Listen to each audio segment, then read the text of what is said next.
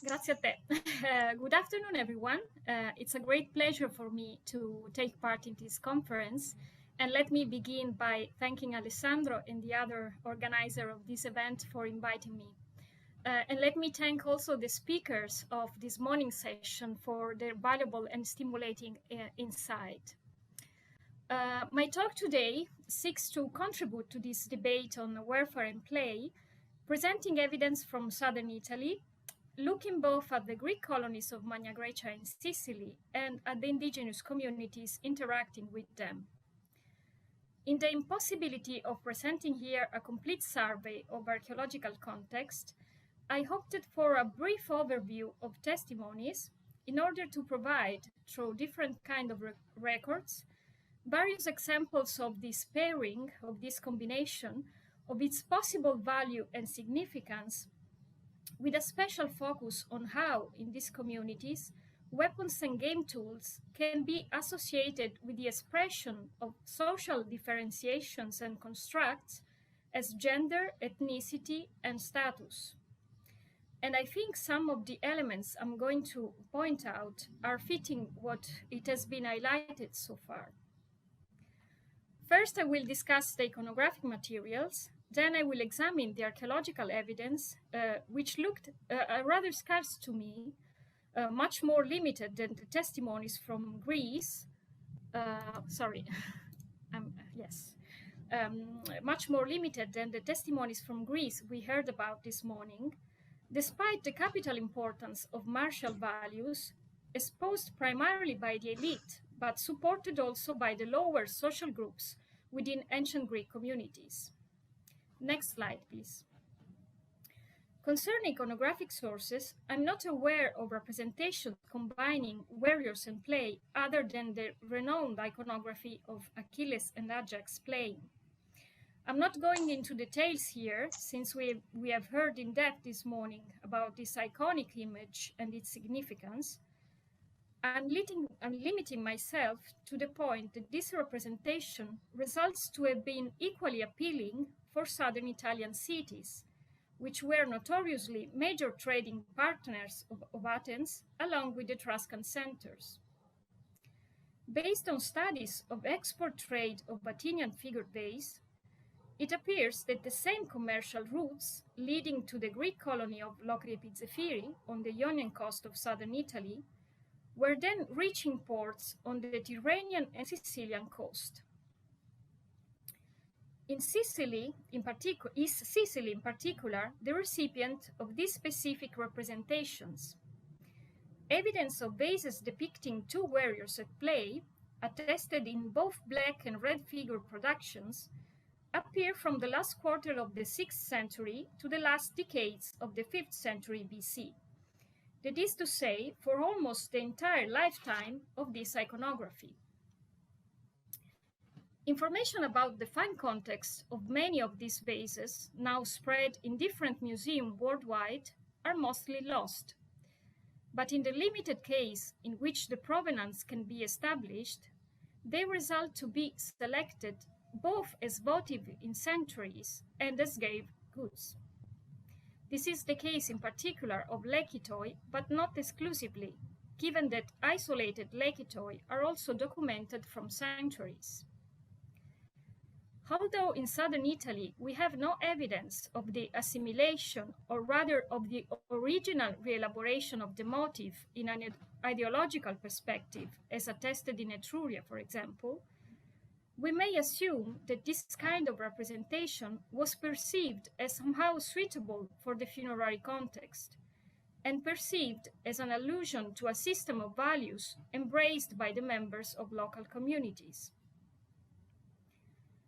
Agreed on the fact that customers likely have a role in choosing a decoration theme responding to its specific needs and expectations, it is plausible that the powerful symbolic connotations of this iconographic scheme, evoking the heroic imagery and alluding at military preeminence and skill at board games, was particularly valued by the South Italian consumers. Nevertheless, evidence from Sicily allow us to reflect on our approach to figure base more generally and carries interesting elements that might lead us to reconsider our reading of iconography and this iconography in particular, by looking at context of use or destination of the vase or the image itineraries as termed in recent works. Next slide, please.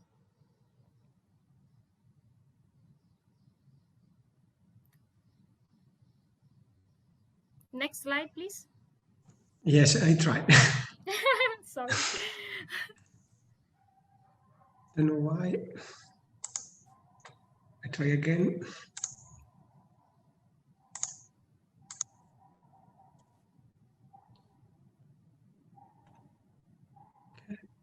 Okay. Okay, this one. One of the latest replicas of the motif, dating to 430-420 BC, is notoriously the column crater by the Hephaestus painter coming from Gela, depicting the two playing heroes and Athena placed on a base, clearly indicated by the raised platform and the height difference between the onlooker represented to the left and the players in the center. The statue here is admittedly recognized as the earliest known fairly certain reflection of the Athena Parthenos by Phidias, erected on the Acropolis in 438 BC. Leaving aside the problem of the relationship of this image with the fragmentary statuary group from the Acropolis and the origin of the iconographic motif from a statuary model, it has been emphasized by different scholars that the quotation of the Phidian Parthenos is part of the propaganda campaign that Athens had already experienced after the end of the Persian Wars and reinforced strongly in the period between Pericles and the second expedition to Sicily. In his studies on circulation and distribution of Athenian figure bases in the island, Filippo Giudice, for instance, has stressed how the substantial coincidence of the fortune of images of Athena on the one hand in global Attic production and on the other in exports to Magna Grecia and Sicily seem to reveal a propaganda intent enacted during the period of the Peloponnesian War, that despite the decrease in export in southern Italy in that period, fostered the process of dissemination of specific themes in the West. Next slide, please. Furthermore, how strategic political objectives combined with commercial needs is clearly attested by Thucydides' account on the Peloponnesian War. Likewise, the recurrence of the figure of Ajax, an emblematic character in the Athens-Megara conflict for the possession of Salamis, is considered anything but trivial. His presence recurs in Selinus especially, with a coincidence that is difficult to consider accidental, according to Valeria Tardo. And it cannot but lead us to evaluate this repeated reference as significant to the link between the colony and its motherland Megara. What I would like to stress with this point is that although we are probably too inclined to search for an univocal interpretation of this image, we should not necessarily assume an aristocratic appropriation of the image to be implicated in the construction of social identities. At this regard, it is useful to add that the presence of the recent Phidiac artwork on the vase from Gela and the re-elaboration by the Hephaestus painter of an existing prototype points to another topic worth of considering. If Exekias, who elaborated originally the iconography in pottery and clearly did not invent it, as proved by a black figure cap from Vulci. Next slide, please. So if Exekias attributed to his masterwork a specific meaning, and I'm inclined to think so, considering that he unusually depicted the scene twice, and in both phases paired the game scene with the same depiction on the opposite side, it is clear that the same iconographic scheme could have been revised and adapted to the artistic genius of the different masters. The recent Kleromantic interpretation of the scene proposed by Jeremy Bandrick, based on the band cap from Mazzabotto, which however has resulted to be later than Exequia's phase, could be intended as a particular adaptation of the theme for the Etruscan market, probably related to the particular favor of Kleromantic practices in the area, but certainly not a suitable reading for the whole series of playing warriors. Moving to the archaeological evidence, as said at the beginning of my presentation, despite martiality is a key component in ancient Greek society, the combination of military aptitudes and intellectual skill as disclosed by strategy games, which radiates from the imagery of Athenian-based painting, seems more difficult to access in archaeological record. On the one hand, because funeral customs of Greeks of the West seems to rarely emphasize the warrior role of the deceased. On the other, because game accessories are not easily identified or recorded in publications. Nevertheless, weapons and game tools, alluding to a different dimension of play, do appear together, clearly intended for emphasizing social status and dominant position within the community. Next slide, please. An interesting example is offered by the Locri Epizefiri, a Greek colony on the Ionian coast. The city of Locri, founded around 700 BC by colonists of the Greek Locris, is one of the best-known polis in Magna Graecia, thanks to the valuable evidence brought to light by archaeological research and a huge range of historical sources. Celebrated in antiquity as the embodiment of eunomia, the polis was based on an oligarchic and conservative structure of rigid aristocratic governance, at least until a democratic regime emerged in the middle of the 4th century BC. The aristocratic class guaranteed a stable government, promoting the economic, artistic, and demographic growth, a technological development which influenced the handicraft production, along with the development of international relations and expansion. This began from the start of the 6th century BC, and this condition persisted and strongly increased during the 5th century BC. The necropolis of the city, located at Contrada Lucifero, occupying a strip of land parallel to the coast, was investigated in 4 campaigns by Paolo Orsi, who brought to light 1,776 graves dating between the middle of the 6th and the middle of the 4th century BC. Recently, a comprehensive review of graves and furnishings and an investigation of this burial practice in detail has been undertaken, which has confirmed Orsi's intuition about the austere burial customs. Limited graves emerge in this scenario as pertaining to the local aristocracy that shows its own social identity by means of symbolic evidence and behaviors. Next slide, please. Members of the elite groups were buried with rich and/or unusual furnishings, alluding to a cultured and sophisticated lifestyle focusing on an elaborate system of symbolic reference. Goods such as musical instruments, equipment for physical training like strigelis and precious lithic alabastra, vases and other feasting accessories, sometimes insistently iterated, were selected as signs of a ritual code expressing for a very limited number of deceased a higher education based on musical training, poetic and literary learning, physical upbringing, along with the participation in very exclusive activities like symposia and equestrian practices.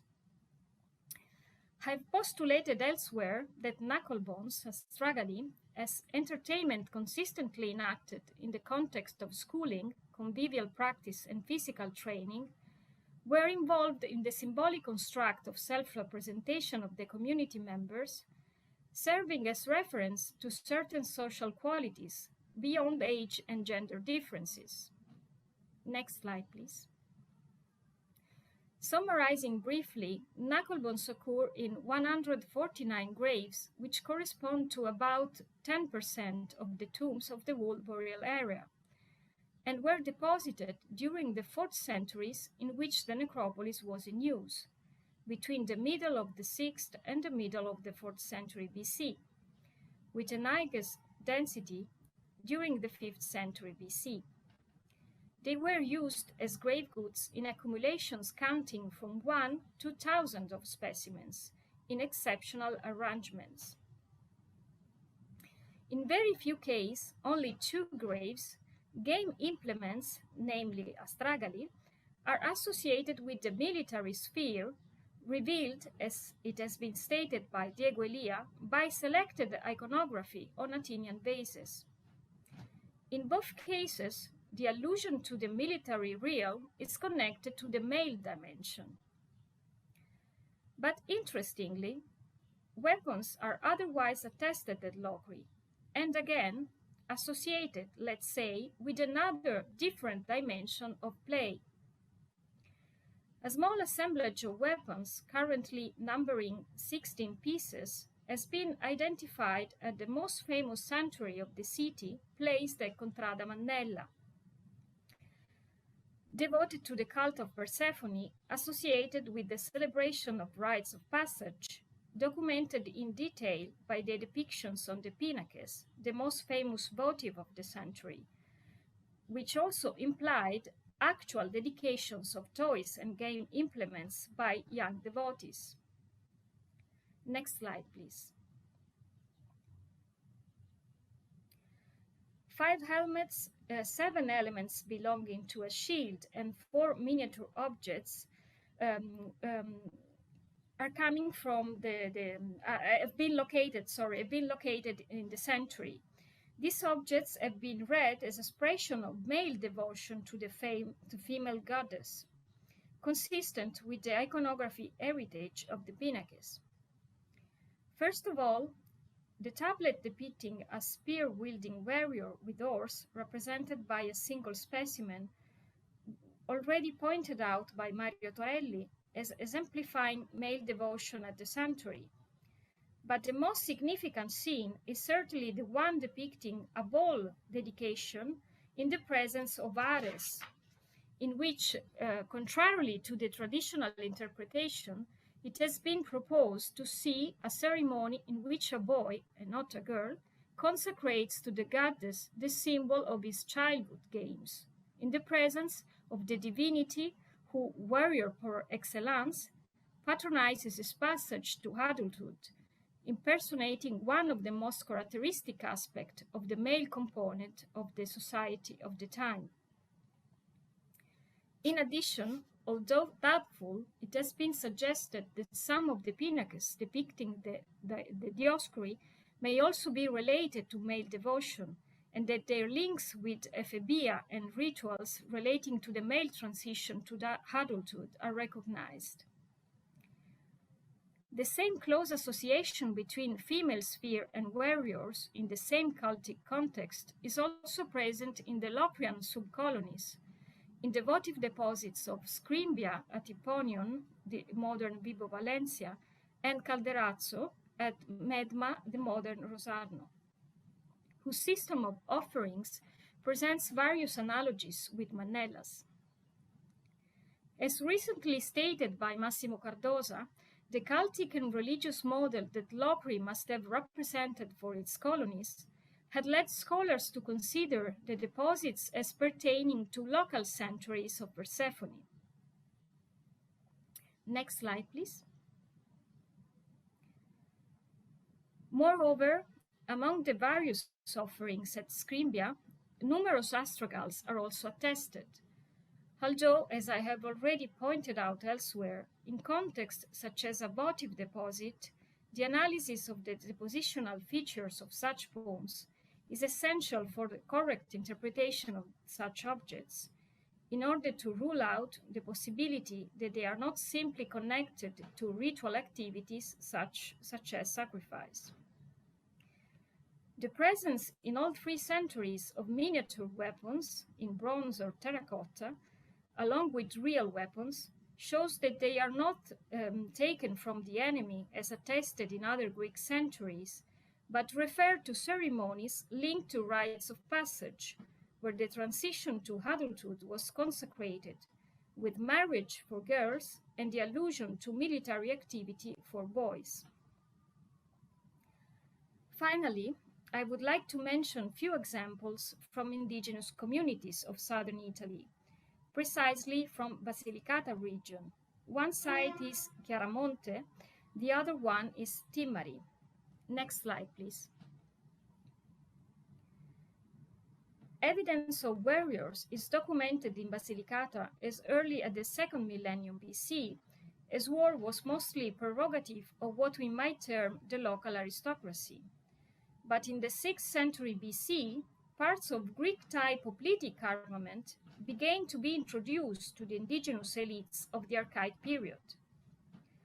The interest fact which emerges here is that as a result of the process of Hellenization, of assimilation of Greek ideals, such communities do pair weapons and game implements, showing how these elements are recognized as integral part of a sophisticated cultural system they refer to through their burial customs.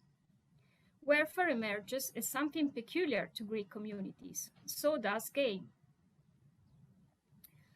Numerous tombs pertaining to the settlement of Chiaramonte have been excavated, including the deposition of individuals of the highest rank. The grave number 227 dates to the most recent phase of the settlement's life, dating to the 5th century BC, and it has been identified by the diggers as one of the last evidence of high-ranking individuals from the Enotrian world. The reiterated presence of weapons and horse equipment portrays the man like a prominent protagonist of the political and social life of the community, and obviously as a warrior. The assemblage of grave goods selected for his burial also include vases and utensils for symposia, alabastra, and strigelis, and game-related objects, such as 12 astragali and implements for the game of kottabos, which served as allegorical reference to the elite and Greek ideals of symposium, athletics, and paideia. Far more interesting, and I'm going to conclude with this, is the case of Timari. Next slide, please. The grave I'm rapidly presenting, grave 33, has no comparisons, according to the editors of the context, not only for the exceptional and extremely rich grave furnishing, containing plenty of prestigious goods, but especially for the grave structure and the burial rite performed, implying incineration and burning of the dead remains on a funeral pyre.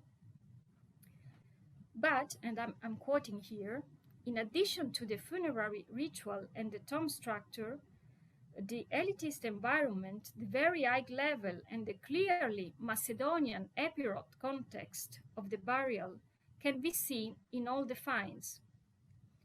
The sword and cuirass belonged to an aristocratic official armed according to the Macedonian Epirot custom, dedicated to hunting and buried with his chlamys.